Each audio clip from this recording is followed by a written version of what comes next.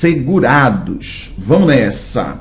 Segurados. Pessoal, como disse ali na aula anterior, não é? No bloco anterior de aula, a gente estava justamente dizendo que, por definição, não é?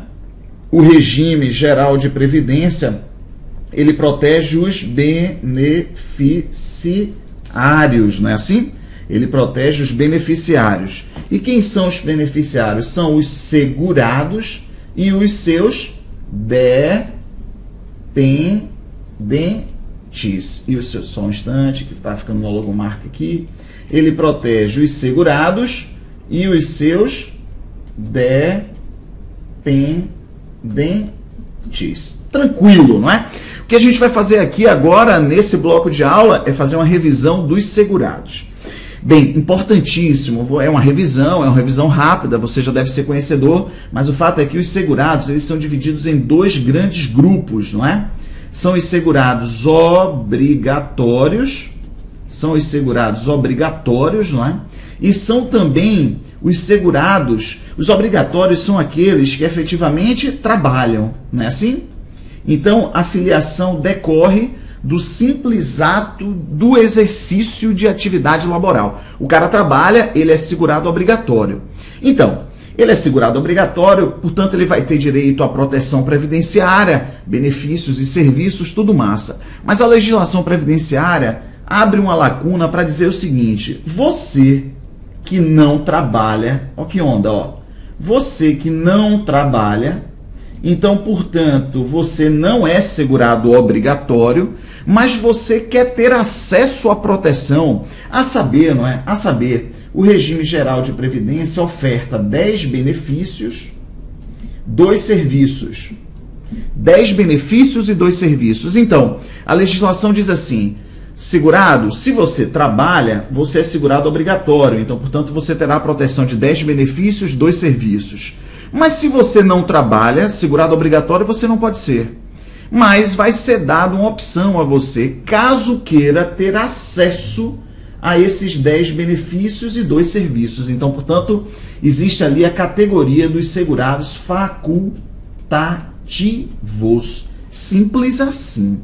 Pessoal, os segurados, eles são divididos em 2 grandes categorias: os segurados obrigatórios e os segurados facultativos. Bem, eu tenho uma regra mnemônica para a gente internalizar essa bagaça aqui, que é assim, é a famosa regra do CADES F. É a famosa regra do CADES F. Ítalo, não entendi. Não, entenda. É tranquilo. É porque, olha só, F, não tem dúvida, é o segurado facultativo que tem como principal característica não trabalhar. E o que significa CADES, Ítalo? Significa que, dentre os trabalhadores, existem diferença, não é verdade? Então, eu não posso imaginar, que você possa imaginar, que um trabalhador que se dirige para uma empresa todos os dias com um crachá pendurado no pescoço, ele é a mesma categoria de um taxista que não tem subordinação, trabalha por conta própria. Então, observem só esses dois. Um segurado que vai todos os dias para a empresa, que o toma serviço, que ele toma serviço, com um crachá pendurado no pescoço, com a fotinha dele, com o nome dele, a pessoalidade, ele não pode se fazer substituir por ninguém. Aquela categoria ali é de segurado empregado. Enquanto taxista, você não pode imaginar que seja segurado empregado. É uma outra categoria de trabalhador, é um outro enquadramento. Então, portanto, a regrinha do CADES F está nos ensinando isso. São 5 enquadramentos como segurado obrigatório e um enquadramento como segurado facultativo, que é justamente aquele que não trabalha. Então, essa é a famosa regra do CADES F. Olha aqui, segurado empregado, olha aqui, o cara que vai com o crachá pendurado no pescoço, e o taxista, um contribuinte individual, ok? Aí, então, e o que é o A, o que é o D, o que é o S? A gente vai fazer isso agora. Bem, uma revisão rápida, não é assim? CADES F. Bem, bora matar logo o F, bora fazer isso? F é justamente aquele que não é CADES, é justamente aquele que não é obrigatório. Em outras palavras, o F é justamente aquele que não trabalha. Pessoal, a regrinha do CADES F faz você acertar a questão em prova, ok? Depois eu vou dizer exatamente como deve cercar todas as situações, mas a regrinha do CADIZEF te ajuda muitíssimo em prova. Então, o que é o C? Aqui, o que é o C? É o contribuinte individual. Quais são as principais características de um contribuinte individual? É aquele trabalhador que trabalha por conta própria. É o trabalhador que trabalha por conta própria. É um trabalhador que eventualmente presta serviço à empresa, mas quando ele presta de forma eventual.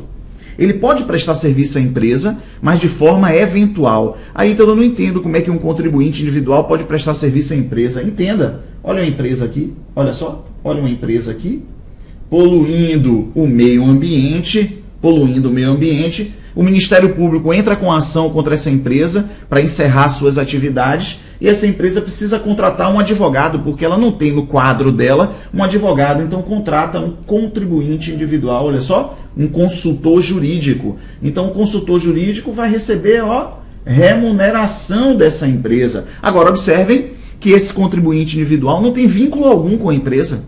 O serviço que ele está prestando é de forma eventual, beleza? Trabalhador avulso, pessoal, o A é o trabalhador avulso, e o trabalhador avulso pode ser o portuário e o não portuário. Bem, a principal característica do trabalhador avulso é que ele é um trabalhador braçal, não é? E ele, para prestar serviço a diversas empresas, ele só pode prestar serviço com a intermediação do sindicato ou do órgão gestor de mão de obra, ok? Então, olha as categorias de segurados empregados, de segurados obrigatórios, contribuinte individual, trabalhador avulso. O D, quem é o D aqui? É o doméstico. Qual é a principal característica de um trabalhador doméstico? É que ele presta serviço a uma família, a uma pessoa física, no âmbito residencial deles, não é?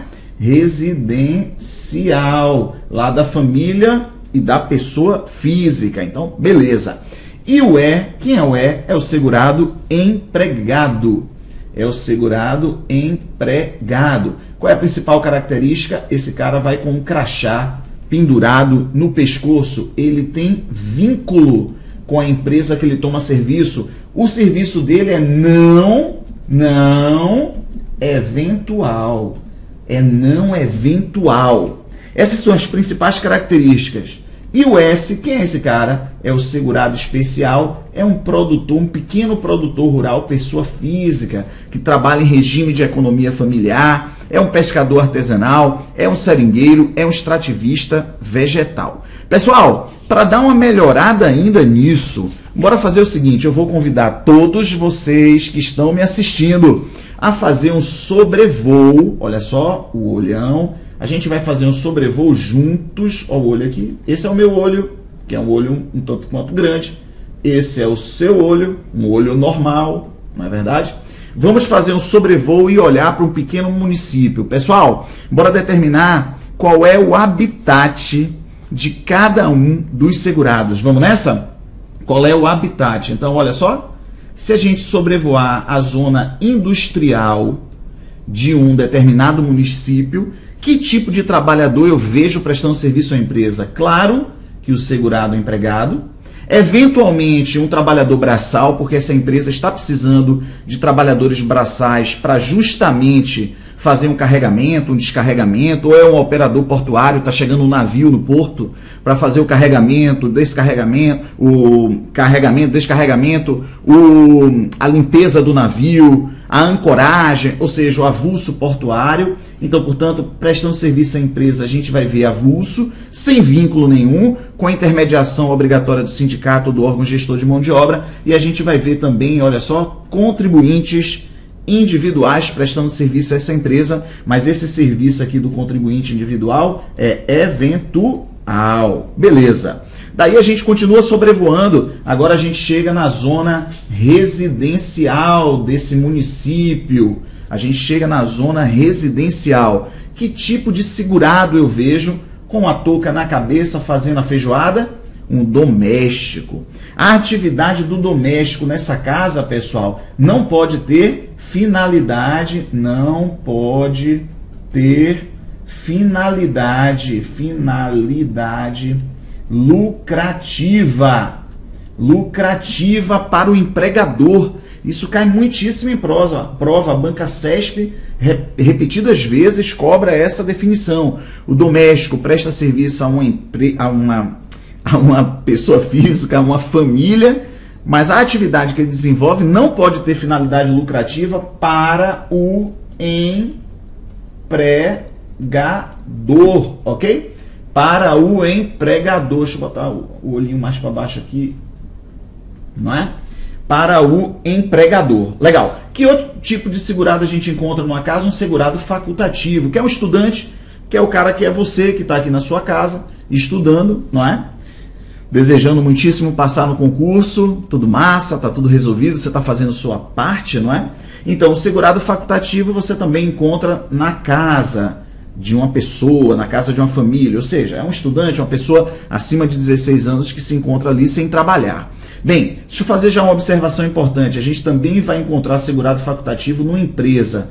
Ou então, como é que pode encontrar um segurado facultativo numa empresa? Pode sim, porque nesse caso aqui, ele é um estagiário, olha só. Ele é um estagiário prestando serviço de acordo com a lei. Tranquilidade brasileira? Tranquilidade, porque ele aqui é um estudante. Ele não deixa de ser um estudante, ainda que esteja ali complementando o ensino teórico na prática, mas ele está, de certa forma, prestando serviço à empresa, não é?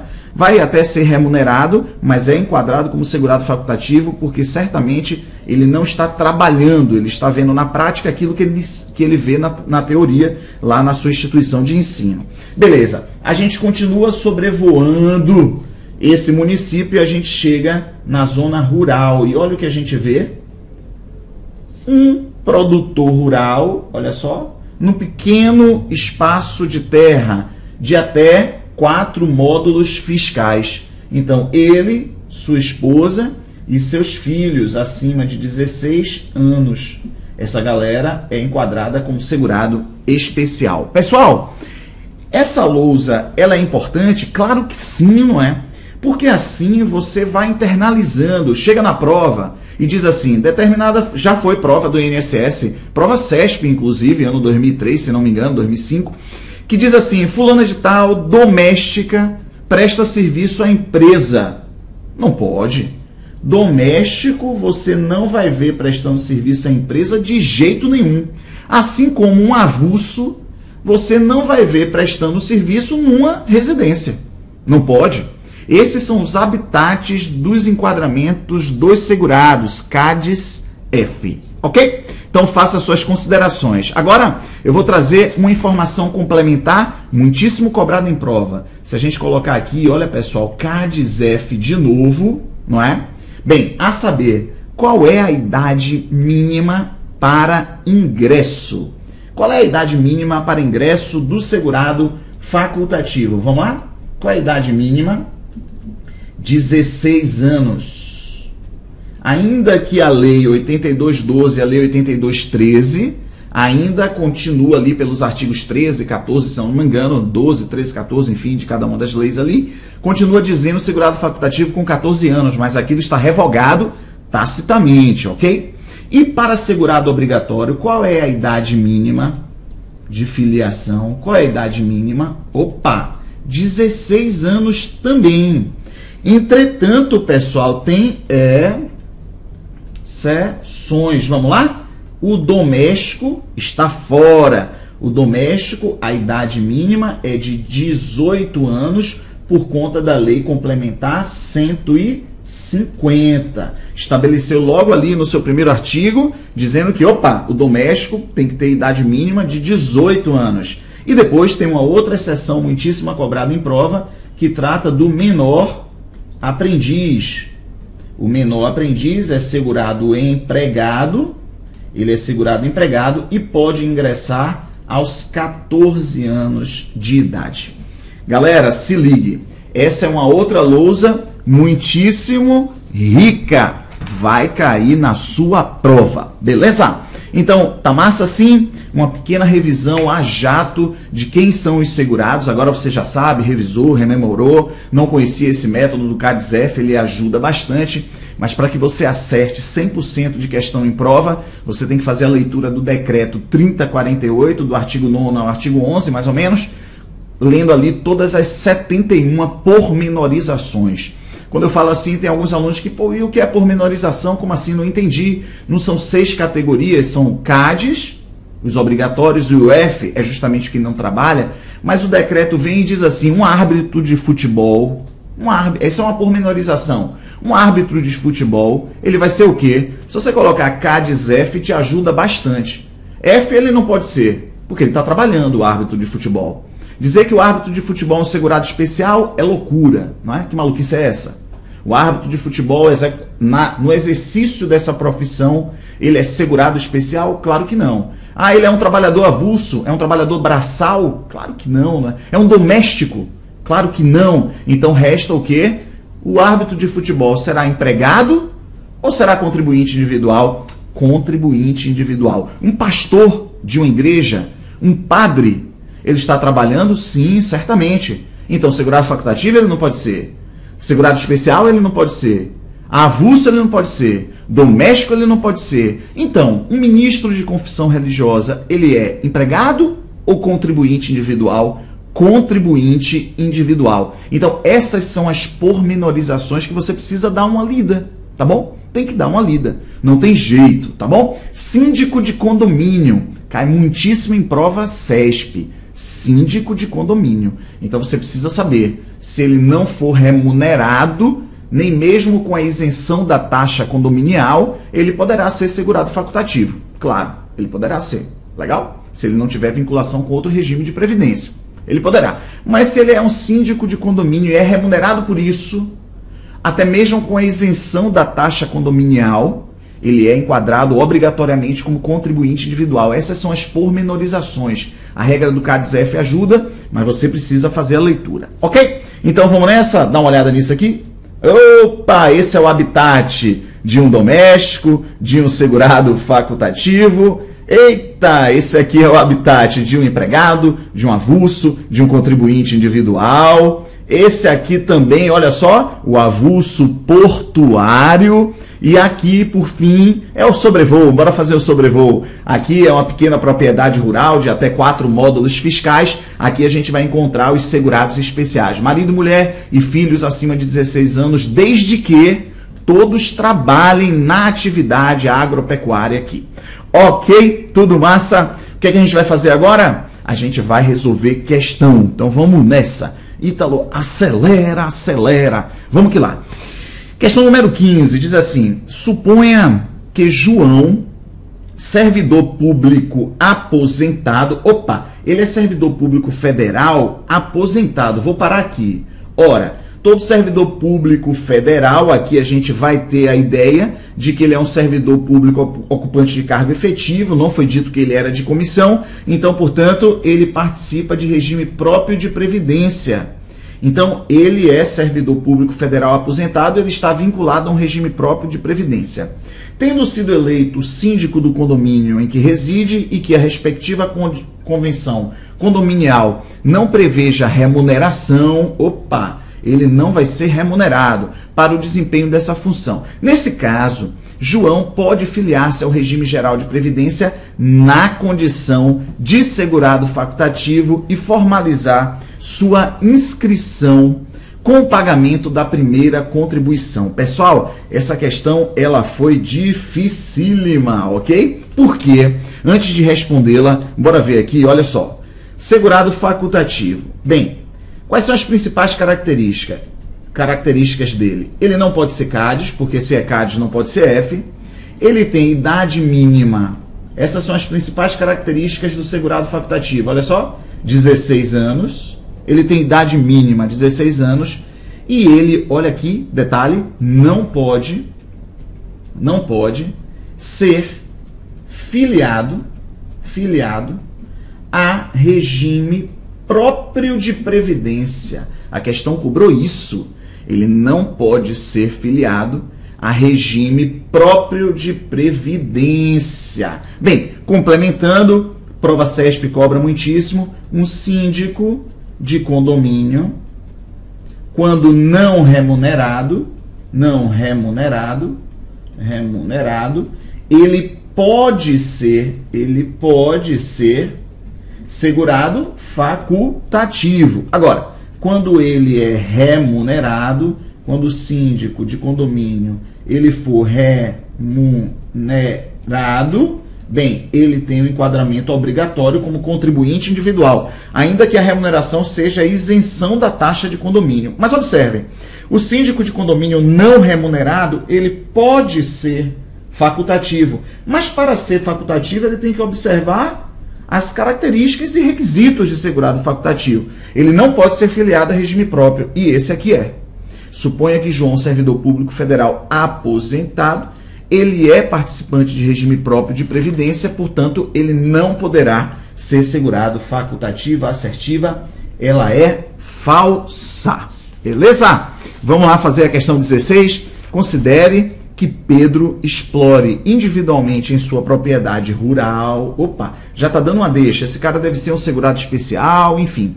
Atividade de produtor agropecuário em área contínua inferior a 4 módulos fiscais, em região do Pantanal Mato Grossense, e que durante os meses de dezembro, janeiro e fevereiro de cada ano explore a atividade turística na mesma propriedade, fornecendo hospedagem rústica. Nessa situação, Pedro é considerado segurado especial. Corretíssimo, não é?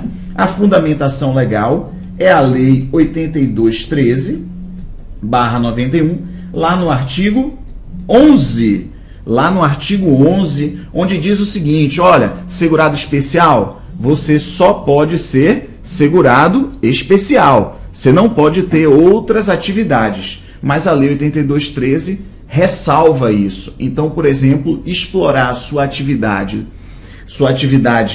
explorar sua propriedade em outra atividade é possível, como a turística, desde que não passe mais do que 120 dias no ano. Então, portanto, ele aqui está explorando. Como é que funciona isso, Ítalo? É fácil. O cara está na região Pantanal Mato Grossense, é uma região muito linda, tem uma lagoa, tem uma cachoeira, e ele decide explorar turisticamente aquela propriedade. Ele continua explorando a parte pecuária, a agropecuária, enfim, mas ele também decide explorar com parte turística. Pode, inclusive com hospedagem, desde que não passe de 120 dias no ano. Então, portanto, aqui a questão diz que ele explora por 3 meses, então menos do que 120 dias, não há impedimento algum, então é permitido. Questão 16, ela é correta. Vamos lá na questão 17. Vamos nessa? Questão 17. É considerado segurado empregado da Previdência Social o brasileiro civil que trabalha para a União. Opa! No exterior, em organismos oficiais brasileiros ou internacionais, dos quais o Brasil seja membro efetivo, ainda que lá domiciliado e contratado fora do Brasil, salvo se segurado na forma da legislação do país de domicílio. Pessoal, o brasileiro é considerado segurado empregado da Previdência Social, o brasileiro que trabalha para a União. Essa é uma pormenorização que você vai encontrar lá no artigo 11, na linha E da Lei 8213. Da Lei 8213/91. Você tem que fazer a leitura, então, portanto, a assertiva, ela é verdadeira. Você tem que fazer a leitura das 71 pormenorizações, ok? Vamos lá, questão 18. Servidor público estadual que ocupe cargo efetivo no Poder Executivo do Estado do Espírito Santo. Então, se ele é ocupante de cargo efetivo, não é? Ele participa do regime próprio de previdência social do Estado do Espírito Santo. Legal. Além do cargo de professor em escola particular. Opa! Então, peraí. Servidor público estadual que ocupa cargo efetivo no Poder Executivo do Estado do Espírito Santo.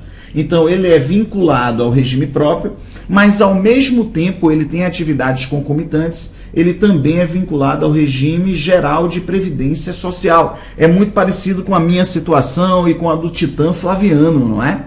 Então, a gente é vinculado ao regime próprio de previdência da União, mas também somos do regime geral de previdência.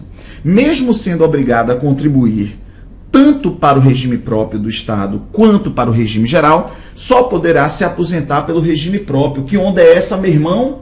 Se eu contribuo, então bora pensar meu caso, se eu contribuo tanto para um regime como para o outro, eu terei direito a me aposentar por ambos, se eu observar os requisitos. Ladrão!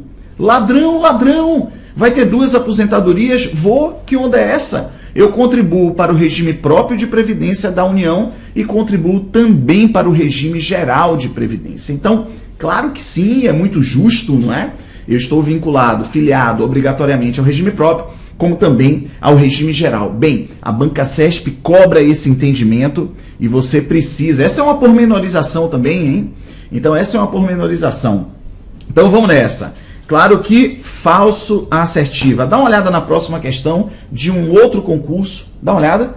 Servidor público que ocupa cargo efetivo no poder legislativo estadual. Olha só, então, se é estadual tem regime próprio, o cara é vinculado a regime próprio, legal, e exerce ainda a função de professor em instituição de ensino particular. Opa, então também é a mesma questão, olha. Vinculado a regime geral, na qual seja contratado pela CLT, poderá aposentar-se se cumprir os requisitos exigidos tanto no regime próprio quanto no regime geral de previdência. Verdadeiríssimo, correto.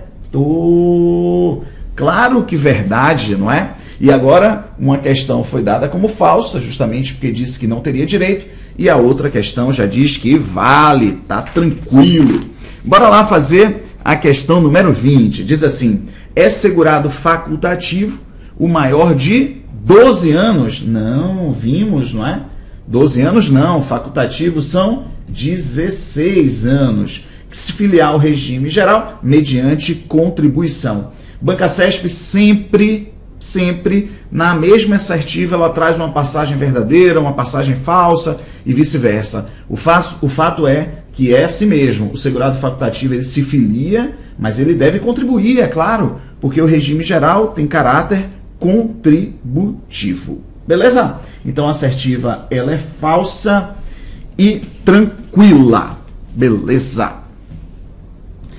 Questão 21, então vamos lá. É vedada a filiação ao regime geral na qualidade de segurado obrigatória de pessoa participante de regime próprio, ainda que servidor ocupante exclusivamente de cargo em comissão. Pessoal, servidor ocupante exclusivamente de cargo em comissão é uma pormenorização que está lá dentre as 71. Esse cara é enquadrado como segurado empregado do regime geral de previdência social.